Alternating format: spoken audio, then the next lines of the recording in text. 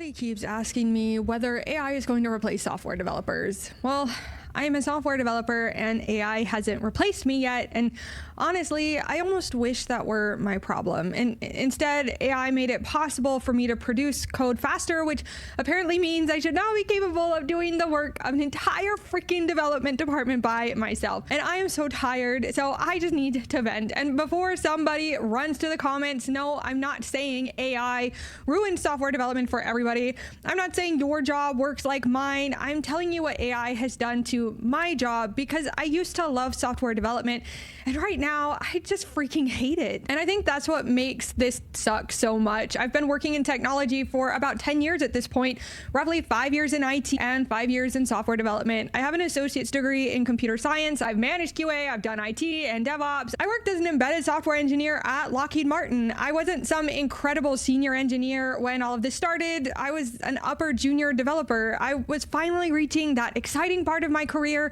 where I knew enough to be useful, but there was still so much that I didn't know. And I liked that. I liked getting stuck. I liked spending 3 hours trying to figure out why something wasn't working and then finally getting that little dopamine hit when I figured that sumbitch out. I liked learning a new framework. I liked building something I'd never built before. And one of my absolute favorite things was having somebody who was better than me review my code. Not because I enjoyed somebody telling me I epically effed something up, because I mean, yeah, of course, I sometimes epically effed something up, but because they'd say, yeah, this works, or maybe no, it doesn't, but have you thought about doing it this way? Or I understand why you went this way. We're going to teach you how to do it better. And suddenly I'd learned something. And that's how I became a better developer. Write code, screw it up, fix it, get feedback, learn and do it better next time. And then AI happened. And that's what makes this whole rant kind of complicated, because I don't hate coding with AI. I actually like AI as kind of more of a pair programmer.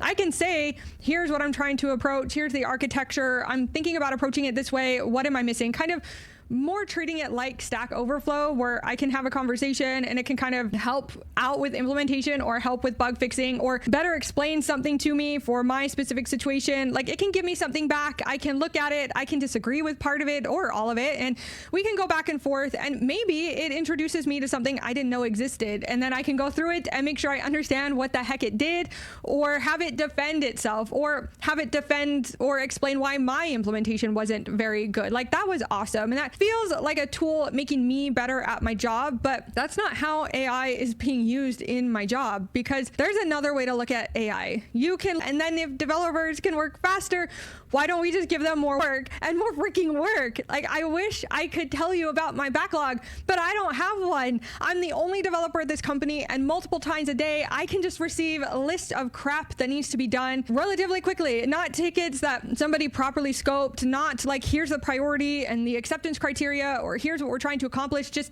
here's a bunch of stuff. Change this, build this, refactor this, actually change this again. Here's another thing. Can we redo this? And because AI can produce code very quickly, there seems to be this assumption that software changes are also very quick, and they're kind of not. AI can spit out 500 lines of code in seconds. Congratulations. Somebody's supposed to understand those 500 lines of code. Somebody has to know whether they belong in the architecture and test them and figure out why they broke and understand how they interact with everything that already exists and maintain that crap 6 months from now. And apparently that somebody is me. And here's a fantastic example of just refactor it, okay?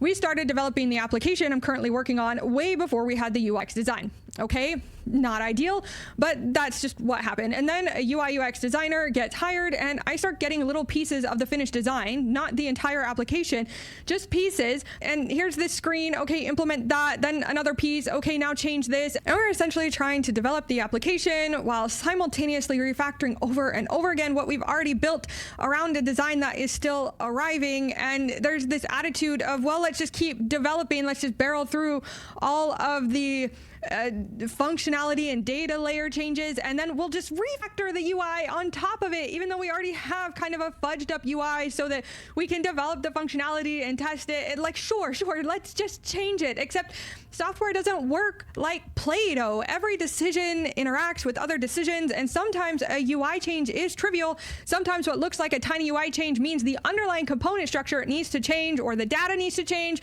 or state management needs to change, or all of it. And usually in this case, it's literally all of it. I'm not overstating. And you discover that something you built 2 weeks ago based on the information you had at the time now needs to be completely reconsidered. Now, could AI help me refactor it? Absolutely. AI does not make repeated major refactors free, though, and I think AI has created this illusion that they are. And my personal favorite development task lately is SOC 2. I'm supposed to be managing SOC 2, okay? I don't know anything about SOC 2. I'm a developer who's still trying to grow from junior into mid-level, and I'm the only developer. There's no senior developer above me. There's no engineering team. There's nobody reviewing pull requests, because we're not even doing pull requests. Like, who's reviewing my code? Me. Great. And I'll ask the junior to mid-level developer responsible for writing the code to also be the senior developer responsible for evaluating whether the junior to mid-level developer made the correct architectural decision. That's what I'm doing right now. Yeah, I'm sure I'll be very objective about my own code. And now we're throwing compliance work on top of it because AI can help, right? Because I should be able to figure out SOC 2 and do all of the changes that are required by the company to be SOC 2 compliant on a product that's not even out yet, that has a deadline that just got pulled out of somebody's ass cheeks. Like, I don't know. And this part just genuinely bothers me. I think AI has made me theoretically a more productive developer while also a worse developer at the same time. I can produce dramatically more than I could several years ago, but I'm not convinced I'm growing proportionally as an engineer. In some ways, I think I've gone completely backward, and I need to admit something here that I'm actually embarrassed to admit. Because of the expectations to ship code as quickly as possible, I don't have time to review the code anymore. And if you've watched anything that I've talked about AI, you know how crazy that is. Like, I'm constantly saying that you don't want to blindly trust AI generated code. You need a human in the loop. You need to review what it produces. You need to understand what you're shipping. You need to make sure it didn't introduce security vulnerabilities or hallucinate some ridiculous implementation that happens to compile. I do firmly believe all that, and I'm not even able to consistently do it in my own job. Not because I've suddenly decided none of that matters or because I'm trying to be a hypocrite, because there literally isn't enough time. And there's another piece of context here that's important. I'm not a senior developer with 15 years of experience who can look at a chunk of code and very quickly recognize patterns, architectural problems, weird implementation choices, security concerns, like all of the things that come from years and years of experience. I'm not saying senior developers can magically review the insane amount of volume of code that AI can generate. Either they can't, but you get what I'm saying. Like, I'm still learning. I do as much QA as I realistically can. We've automated stuff running through Claude. I use smoke tests. I test the application. I click through things. I make sure it isn't obviously broken, and that was what was supposed to be implemented appears to actually work. But sitting down and actually reading through every line of code AI generated, understanding every decision it made, looking for subtle problems and asking myself whether this is actually how I would have implemented it, like I like to do, the refactoring it, learning from, like, guys, when? Okay, when am I supposed to do that? Because there's another list waiting, and there's another refactor, another feature that's supposed to ship at the end of the day, another design change, another thing that apparently just has to be done today. And this is where it stops just being annoying and starts genuinely upsetting me, because these are supposed to be some of the most important learning years of my career. I'm not 20 years into software engineering with all of that experience already sitting in my head. I'm at a stage where I'm supposed to be building that judgment and reading code and making mistakes and have senior developers reviewing my work. I'm supposed to spend an embarrassing amount of time troubleshooting something and finally figure it out and come out the other side understanding something I didn't understand yesterday. That's how you become a senior developer someday. And instead, I'm producing more code than I've ever produced in my life and probably understanding less of it. And I really hate admitting that, because I don't want to work this way. I would love to use AI the way I actually enjoy using it, pairing with it, asking it questions, having it challenge my implementation, generate some boilerplate, and sit down and go through what it gave me, learn from it. But there's no time for that. And if something isn't working and I have 15 other things that need to be done, I don't have 3 hours to dig through documentation and understand exactly what's happening. I have AI. I tell it, fix this. It fixes something. It breaks something. Okay, now this is broken. It changes something, and now we're fighting, and eventually the thing works. Okay, let's smoke test, click around. Nothing appears to be on fire. Next task. And every time that happens, I lose another opportunity to actually learn what I just did, which makes me more dependent on AI the next time, which lets me produce even more, which apparently means I can be given even more work, which leaves me with less time to understand it. Do you see the loop here? And there's something particularly screwed up about this for me, because I do talk about AI. I've made videos arguing that we need humans checking this stuff with security and hallucinations, and blindly trusting generated output is genuinely dangerous. And then I go to work and operate in an environment where I can't consistently follow my own advice, and that feels horrible. But I'm not doing it because I secretly think all those concerns are BS. I'm doing it because the workload has made responsible AI use practically impossible. And I don't think I'm a cautionary tale here. I think the working conditions are, because if our solution to AI safety is, don't worry, a human will review it, okay, give the human enough time to review it. Otherwise, human in the loop is just something we put on a PowerPoint slide. And sometimes I think, fine, I'll fix this myself. I'll start building personal projects again. I'll build stupid little applications where nobody cares how long it takes me. I'll turn the AI off sometimes. I'll read the documentation. I can struggle. I can relearn things I feel like I've lost and actually enjoy programming again. And honestly, I really want to do that. There are things I'd love to build. There are technologies I'd love to play with. And there are entire areas of development where I know I've gotten rusty and I'd love to sit down and actually understand them again. Except when I'm actually working 12 freaking hours a day. I'm about to go back to school. I'm trying to finish a bachelor's degree. I'm studying for certifications. I'm trying to prepare for whatever comes next in my career. I have a husband. I have hobbies. I'd occasionally like to sit on my butt and play a fun video game without feeling like I should be using that time to make myself more employable. So seriously, what am I supposed to sacrifice so I can spend my free time relearning the skills that my actual software development job no longer gives me enough time to practice?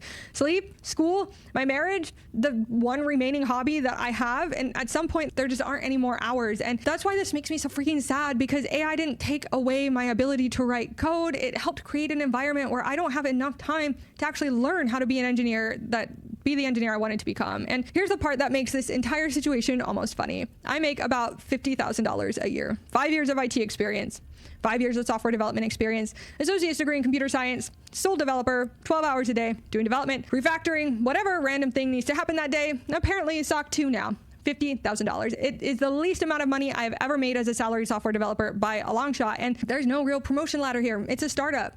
There's no real junior developer, senior staff engineer type of thing. There's no senior engineer mentoring me toward the next progression. There's no engineering department for me to grow through. I'm already the department. And yes, before anybody says it, I know I can leave. Trust me, I know. The problem is that software development job market right now is just freaking awful. And this job lets me work from home. My husband is active duty Army, so being able to work from home when I don't really know where I'm gonna be in a couple of years is a big deal. I can't necessarily build a career around living in the same tech hub for the next 15 years because the Army gets votes in where we live. So I'm not pretending this job gives me nothing. It gives me a paycheck. It gives me remote work. It does give me stability while I figure out what the frick I'm doing next.